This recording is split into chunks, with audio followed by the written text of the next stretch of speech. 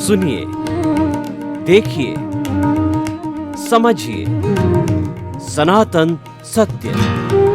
जैसी दृष्टि वैसी सृष्टि, दृष्टि विज्ञान। कुदरत, कुदरती रचना एवं कुदरत के कानून से शाश्वत सुख की प्राप्ति।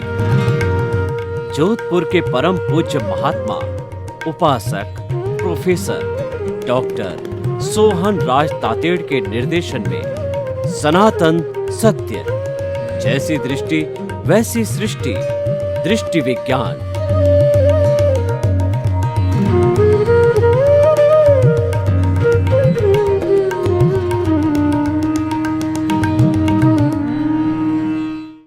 भाई और बहनों, मातृशक्ति को नमन। स्टूडियो में आपका हार्दिक स्वागत है, अभिनंदन, सत्कार। आत्मविज्ञान, साइंस ऑफ द सोल कार्यक्रम के अंतर्गत हम आपको सही दृष्टि, सही सोच, राइट विजन, राइट थिंकिंग के तहत आपकी नकारात्मक सोच को तिरोहित करते, उसको सकारात्मक बनाते हैं। हमारा उद्देश्य है एक अच्छे इंसान का निर्माण करना।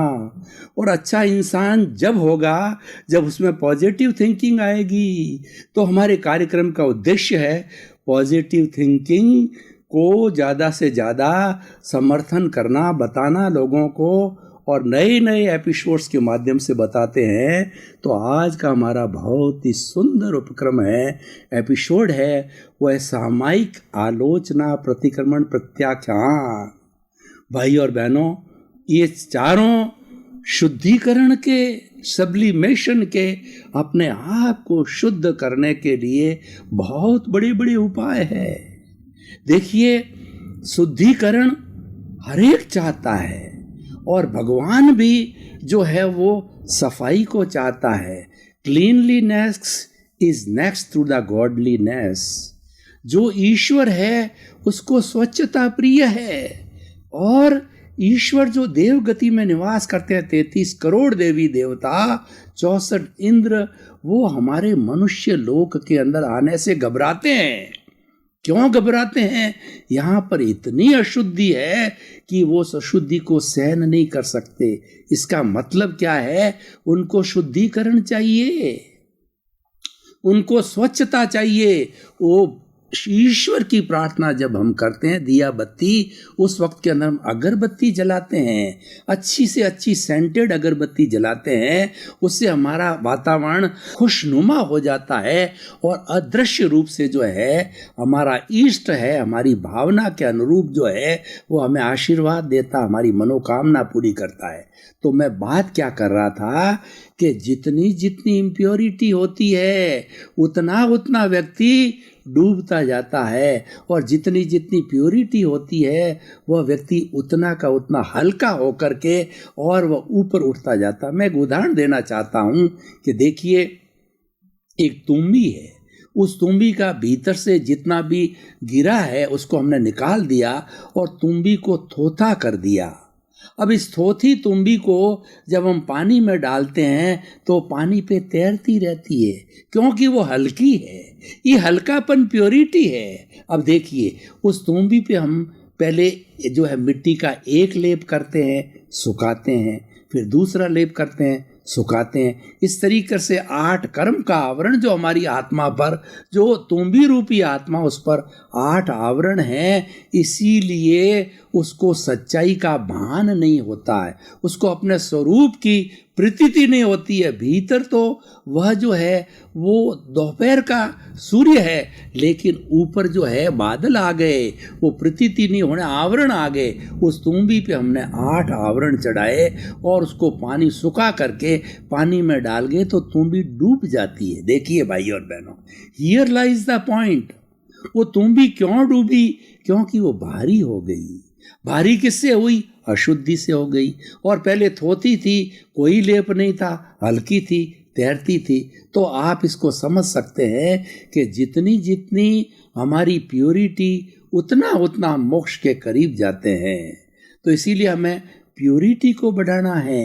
यही हमारा लक्ष्य है आज के इस एपिसोड का। उस प्योरिटी को बढ़ाने के लिए उपाय क्या है?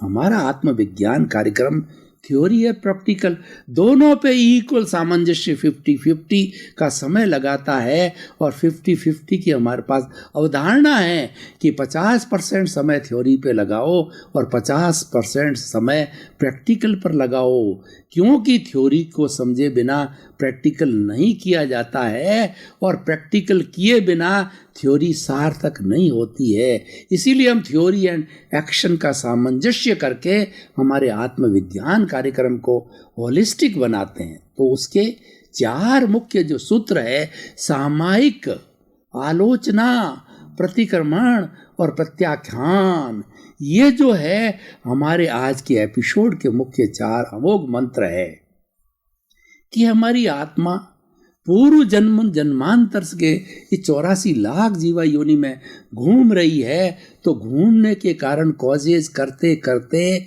भाव कर्म करते करते इसके ऊपर 8 तरह के आवरण द्रव्य कर्म आ गए हैं। ज्ञानावर्णीय, दर्शनावर्णीय, वेदनीय, मोहनीय, आयुष्य, नाम और गोत्र। इसमें से 4 जो है ज्ञाति कर्म होते हैं, ज्ञानावर्णीय, दर्शनावर्णीय, मोहनीय और अंतराय आत्मा की घात करते हैं, आत्मा का गला घोंटते हैं और ये आत्मा के पीछे पीछे लगे रहते हैं जिस भी योनि में जाती है। और दूसरे अघाती कर्म होते हैं, वो शरीर से जुड़े हुए रहते हैं। आज देखिए मेरा शरीर ये मानव जीवन है, पिछले जन्म में भी कुछ न कुछ कर्म मैंने किए थे, मेरे को पता नहीं है कि वो नरक गति, तिर्यंच गति, मनुष्य गति, देव गति किससे वापस आया हूँ। पर ये जरूर है अच्छा कार्य किया है, इसीलिए मनुष्य गति मिली है।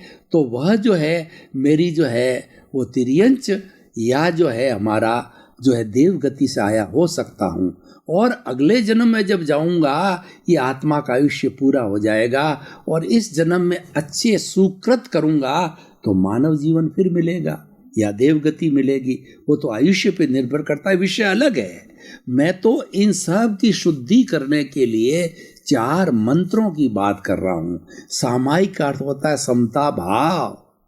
देखिए हमारे एक चीज को आप अच्छी तरह से समझ लें कि ये हमारे शरीर और आत्मा के बीच में जो वेल्डिंग है वो अज्ञान की वेल्डिंग है और ये वेल्डिंग से दोनों जन्म जन्मांतर से जुड़े हुए हैं।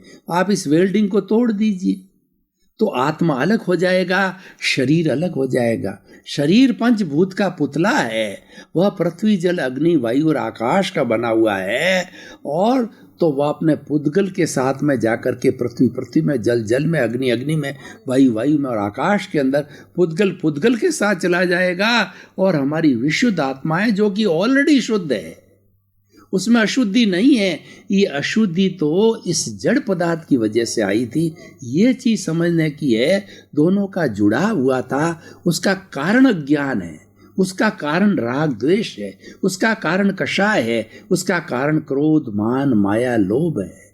ये सभी पर्यायवाची, अज्ञान कहिए, क्रोध, मान, माया, लोभ कहिए, कषाय कहिए, राग द्वेष कहिए, ये सारा वेल्डिंग है और ये सारा अज्ञान का अकाउंट है। अज्ञान को ज्ञान से जीता जाता है। हमको जब ज्ञान प्राप्त होता है तब ये सामायिक, आलोचना, प्रतिक्रमण, प्रत्याख्यान एक्टिवेट होते हैं और हमारे भीतर जो ज्ञान का वेल्डिंग, अज्ञान का वेल्डिंग पड़ा रहता है तो हम राग द्वेष के झूले में झूलते रहते हैं। हम जीवात्मा रहते हैं, संसार के अंदर आते हैं, खा पी करके चले जाते हैं और फिर नया कर्म बंधन करते हैं और हमारा ये सिलसिला चलता रहता है। ज्ञान के बाद में सिलसिला रुकता है, ज्ञान के बाद में सिलसिले पर लिमिट लगती है। तो देखिए सामायिक अर्थ होता है समता भाव। समता भाव का मतलब होता है अज्ञान को जीतना, अज्ञान रूपी वेल्डिंग जो हमारी कर्म रज है, राग द्वेष है, उस कर्म रज को धोना। वही आज का विषय है, वो है समता भाव। अगर व्यक्ति जीवन में कोई भी काम, कोई धर्म की प्रवृत्ति करे या न करे, वह मंदिर जाए या न जाए, वो कोई भी कार्य न करे, अगर समता भाव रखता है, यानी जो कुछ भी उसके जीवन में घटित हो रहा है उसके साथ नहीं जुड़ता है, उसके साथ में कोई प्रतिक्रिया नहीं करता, उसके साथ अपनी कोई अभिप्राय नहीं देता, उसका अपना कोई भी ओपिनियन नहीं देता, शांत रहता तटस्थ भाव से, उसको समभाव कहते हैं। कैसे होता समभाव मैं आपको बताऊं। किसी व्यक्ति ने आपको गाली दी क्योंकि पूर्व जन्म में आप गाली दे के आए हो, तो वह आपका हिसाब चुकता कर रहा है। किसी ने आपको भयंकर गाली दी तो आप ज्ञानी पुरुष हैं, आप संभाव वाले हैं, उस गाली को आपने एक्सेप्ट नहीं किया, उस गाली पर आप शांत रहे, संभाव में रहे, तो उसकी गाली उसके पास वापस चली जाएगी, यानी वो भुगतान क्लियर हो जाएगा, वो कर्म वॉश हो जाएगा। वाश करना, शुद्धिकरण करना, ये हमारा आज का विषय है। तो सामायिक के अंदर क्या करना होता है कि आप तटस्थ होकर के और ध्यान पूर्वक जो है वो आप एक मुद्रा में बैठ करके ये चिंतन कीजिए कि मैंने मैंने भवांतर में पिछले असंख्य जन्मों के अंदर जो है मैंने दोष किए हैं, उन दोषों को देखना। हमारी भारतीय संस्कृति के अंदर 18 तरह के दोष कहलाते हैं, पाप कहलाते हैं, नेगेटिव थॉट्स कहलाते हैं, नेगेटिविटी कहलाते हैं। वो है प्राणातिपात, मृषावाद, अदत्तादान, मैथुन, परिग्रह, क्रोध, मान, माया, लोभ, राग, द्वेष, कलह और जो है कलह, अव्याख्यान और जो है शल्य पाप, मिथ्या दर्शन, शल्य पाप। ये 18 तरह के दोषों को भीतर जाकर देखिए। आपकी आत्मा ज्ञाता दृष्टा है, वो सब जानने वाली है, देखने वाली है। प्योर आत्मा अनंत ज्ञान वाली है, अनंत दर्शन वाली है, अनंत शक्ति वाली है और अनंत सुख का धाम है।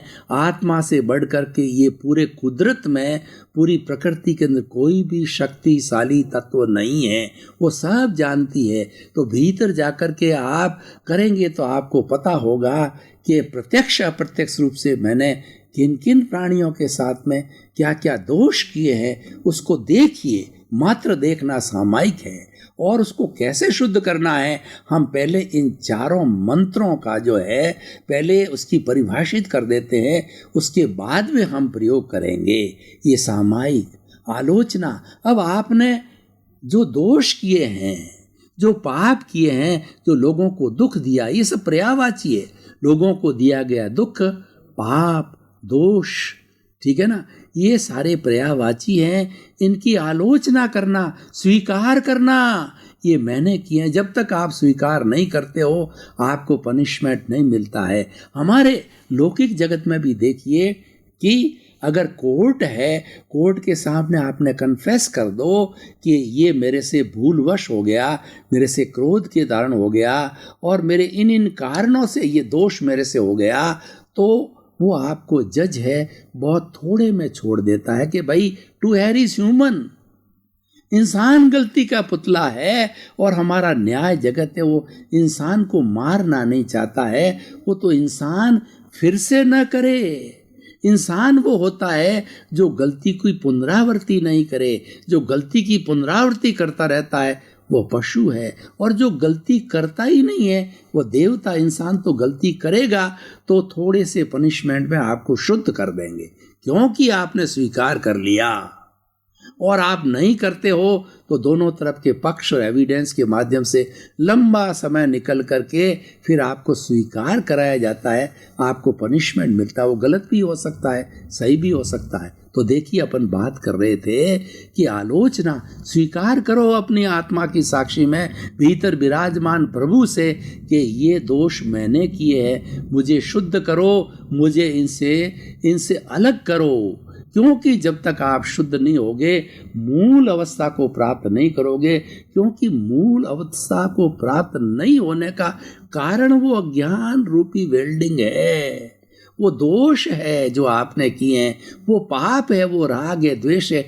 ये आप अच्छी तरह से समझ लें कि ये वेल्डिंग है, यही घुमा रही है। और जीवन का लक्ष्य है अज्ञान को तोड़ करके ज्ञान की प्राप्ति करना। यही हमारे आत्मविज्ञान का लक्ष्य है कि किसी तरह से व्यक्ति अज्ञान को तोड़ करके ज्ञान की अवस्था में आते हैं। हम आपको ज्ञान देते हैं, हम आपको सच्चा ज्ञान देते हैं, हम आपको वीतराग विज्ञान बताते हैं, हम आपको भेद विज्ञान बताते हैं, हम आपको मोक्ष विज्ञान बताते हैं और हम आपको ज्ञान देते हैं। सम्यक ज्ञान देते हैं, सम्यक दर्शन देते हैं, सम्यक चारित्र देते हैं। तो हम बात करे थे आलोचना। तीसरा प्रतिक्रमण, बहुत ही सुंदर शुद्धिकरण है कि ये हम पूर्व जन्म के अंदर या इस जन्म के अंदर हम दोष करके आए हैं, तो उसको वाश जल्दी कैसे करें। प्रतिक्रमण होता है, प्रायश्चित होता है। इसको मिच्छामि दुक्कडम बोल के किया जा सकता है, खमत खामना बोल के किया जा सकता है। और हमारे डे टू डे लाइफ में सॉरी, किसी के साथ में हमने किसी को मार दिया, किसी को गलत बोल दिया, किसी को दुख पहुंचा दिया, सॉरी करता है तो वह आपको क्षमा कर देता है। ये क्षमा भाव है, ये शुद्धिकरण मनता है। क्षमा वीरस्य भूषणम, क्षमा वीर का आभूषण है। कायर व्यक्ति क्षमा नहीं कर सकता और वीर व्यक्ति क्षमा कर सकता है। कायर व्यक्ति तो टिट फॉर टैट करेगा। आपने एक सुनाया तो दो सुनाया, दो की जगह चार करेगा। वह ईंट का जवाब पत्थर से देगा और वह टिट बिट्स करता ही रहेगा। वो नेले पे दैला मारता ही रहेगा और नए नए कर्मों का बंधन करता ही रहेगा, क्योंकि वह अज्ञानी है। उसको पता ही नहीं है कि इतने दोष इकट्ठे करके मैं कितना मेरा खुद का नुकसान कर रहा हूँ। मैं मेरे पैरों की कुल्हाड़ी मारता हूँ। अज्ञानी कुछ नहीं जानता, ज्ञानी सब जानता है। तो हम बात कर रहे थे सामायिक आलोचना, प्रतिक्रमण करिए, ये सारी विधि हम कराएंगे। आप हर क्षण जो है वो 84 लाख जीवा योनि से प्रत्यक्ष अप्रत्यक्ष रूप से करते रहिए। आपकी जो ये आत्मा है, ये अव्ययबाद आत्मा है, प्योर सोल है, वो हर एक में है। चाहे चूहा हो, चाहे बिल्ली हो, चाहे गाय हो या भैंस हो, 84 लाख जीवा योनि की प्योर सोल है। वह राम के जैसी है, कृष्ण के जैसी है, महावीर के जैसी है, 33 करोड़ देवी देवताओं जैसी है, आपके जैसी, मेरे जैसी है। वो कोई फर्क नहीं है। Absolute all these pure souls are having the same property, same characteristic, same ingredients. कौन से? अनंत ज्ञान, अनंत दर्शन, अनंत शक्ति और अनंत सुख। ये चार बड़े उसके इंग्रेडिएंट्स हैं। तो भाइयों और बहनों, वो बात अव्ययबाद आत्मा हर एक की है, मूल आत्मा, उस तक आपकी बात पहुंच जाती है। आपको किसी तार की जरूरत नहीं है, किसी माध्यम की जरूरत नहीं होती है। वो ऑटोमेटिकली आपकी भावों से, आपकी भावना से पहुंच जाती है। तो प्रायश्चित जाने अनजाने का हम सब प्रायश्चित करते रहते हैं और करते रहना चाहिए। ज्ञान लेने के बाद में शुद्धिकरण का सबसे बड़ा अमोघ मंत्र प्रायश्चित है, प्रतिक्रमण है, जिसकी हम बात कर रहे हैं। जब हम अतिक्रमण करते हैं तो हमें प्रतिक्रमण करना चाहिए। अतिक्रमण क्या है? अतिक्रमण दूसरे को दुख देना, मन से, वचन से, काया से, करने से, करवाने से, अनुमोदने से किसी प्राणी को दुख होता है तो उससे वापस लौट के आना प्रतिक्रमण है। यानी उससे क्षमा याचना करना, एक बच्चे की तरह शुद्ध अंतःकरण करके क्षमा याचना करना कि मेरे से गलती हो गई है, क्योंकि मानव गलती का पुतला है। आप मुझे माफ़ करो और आपकी गलतियों को मैं माफ़ करता हूँ। आगे चल के हम पूरा प्रयोग करेंगे। तो प्रतिक्रमण और प्रत्याख्यान, कितनी सुंदर व्यवस्था है कि आपने शुद्धिकरण की प्रक्रिया तो चालू कर दी, लेकिन भविष्य के अंदर ये अशुद्धिकरण, ये राग द्वेष, ये जो नाग की तरह फुफकार रहे हैं, ये फिर से खड़े नहीं हो जावे नाग। तो प्रत्याख्यान कीजिए। प्रत्याख्यान क्या करना है कि हे मेरे भीतर विराजमान शुद्ध आत्मा भगवान, मुझे ऐसी शक्ति दो, जागृति दो कि 84 लाख जीवा योनि के प्राणियों को मेरे द्वारा मन से, वचन से, काया से, करने से, करवाने से, अनुमोदने से किसी को किंचित मात्र भी दुख न हो, कष्ट न हो। ये प्रत्याख्यान है। प्रत्याख्यान का मतलब त्याग, प्रत्याख्यान का मतलब छोड़ना। प्रत्याख्यान जहाँ होता है वहाँ संवर होता है। भगवान ने 2 ही धर्म बताए, संवर और निर्जरा। संवर का अर्थ होता है दूसरे को दुख मत दो, किसी भी प्राणी को आत्मवत समझो। जैसी आपकी आत्मा है वैसी आत्मा समझो। जो आपको बुरा लगता है किसी के साथ वैसा बुरा व्यवहार मत करो, भावों में भी मत करो, बुरी भावना भी मत लाओ। किसी के प्रति आई बुरी भावना और किसी का दोष देखा गया है, इसका अर्थ होता है कि आपका ही दोष है, सामने वाले का दोष नहीं है। दोष तो आप देख रहे हो, बुरी भावना आप कर रहे हो, उसका कोई दोष नहीं है। ये स्वयं मेरा दोष है और भीतर इकट्ठा हो रहा है, भीतर इकट्ठा हो रहा है। और किसी प्राणी को मैं निर्दोष देखूं, एक जेब कतरे को भी निर्दोष देखो, एक कसाई को भी निर्दोष देखो, कोई कुकृत करने वालों को भी निर्दोष देखो। क्योंकि वो क्यों कर रहा है? क्योंकि वो पिछले जन्म से साथ लेके आया है। आप तो निर्दोष दृष्टि से देखो। जो ही आप उसके साथ जुड़ गए कि ये गलत काम कर रहा है, आपने ओपिनियन दे दी, आपने जो है अपना अभिप्राय दे दिया, आपने अपनी प्रतिक्रिया कर दी, आपने कॉज डाल दिए, उसका कॉज का परिणाम जो है आपको आने वाले जन्म के अंदर वह कर्म बीज और कर्म फल के रूप में, सुख दुख के रूप में आपको भुगतना पड़ेगा।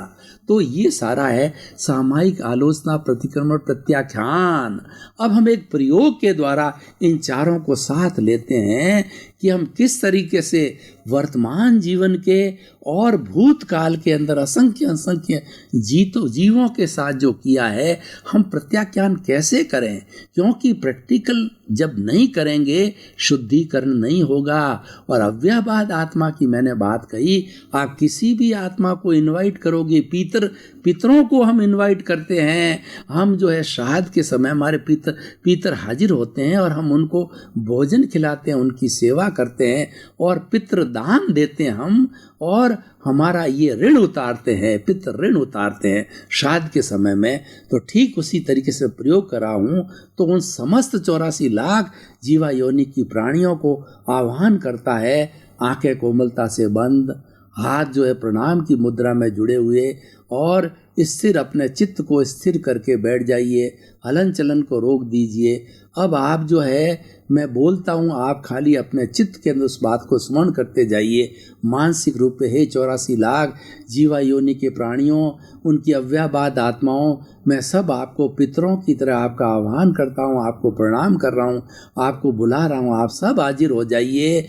आपको और हमारा हिसाब चुकता करना है। आप और हमारे बीच में जो दोष हो गए उसका हिसाब का लेन देन करना है। अव्ययवाद आत्मा आपकी भी और मेरी भी है। मेरी बात आप सब तक पहुँच रही, आप सब हाजिर हो गए हैं।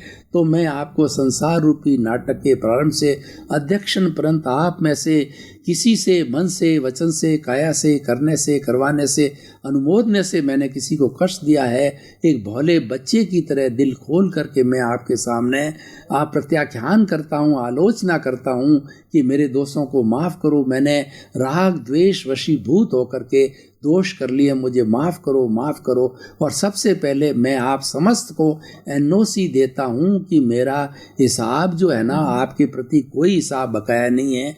जो आपका दोषों का हिसाब है वो आप शून्य करें, मुझे एनओसी दें। सब आपकी एनओसी मिलेगी, तब मेरी आत्मा का ये जो अज्ञान रूपी जो राग द्वेष है वो वेल्डिंग टूटेगा, और तब मैं जाके सिद्ध बुद्ध मुक्त होऊंगा। भाई और बहनों, आपका बहुत बहुत धन्यवाद। आप आत्मविज्ञान कार्यक्रम देखते रहिए।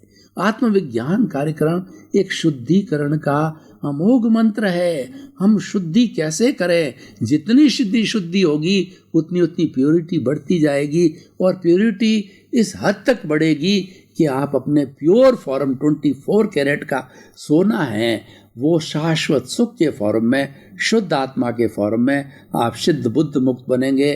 क्योंकि हमारा उद्देश्य है कि सुधरे व्यक्ति, समाज व्यक्ति से राष्ट्र स्वयं सुधरेगा। हम सबसे छोटी इकाई विश्व की मानव को सुधारना चाहते हैं। उसी के लिए आत्मविज्ञान कार्यक्रम बना है। आपके प्रति मंगल भावना, शुभकामना, आपका कल्याण हो, जगत का कल्याण हो। जय जगत हो। बहुत शुभकामना।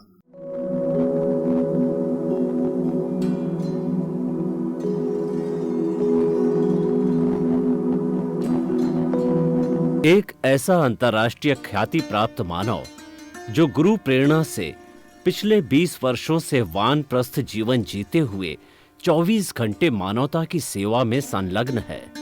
एक ऐसा मानव जो अभी राष्ट्रीय, अंतर्राष्ट्रीय टीवी चैनलों पर 7,500 एपिसोड के माध्यम से सनातन सत्य, आत्मविज्ञान एवं पुनरुत्थान, व्यवहार एवं निश्चय जगत के जीवनोपयोगी विषयों पर हृदय स्पर्शी प्रवचन कर चुका है। उस मानव का नाम है महात्मा उपासक प्रोफेसर डॉक्टर सोहन राज तातेड़।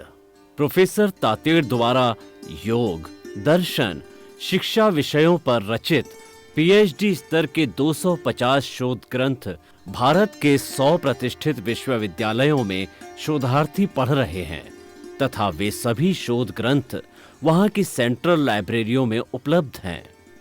महात्मा सोहन राज ने अभी तक हजारों स्कूलों, कॉलेजों, विश्वविद्यालयों एवं संस्थाओं में सेमिनार, वर्कशॉप, कैंप लगाकर लाखों विद्यार्थियों को योग, दर्शन, शिक्षा का प्रशिक्षण देकर उन्हें सुसंस्कारित किया।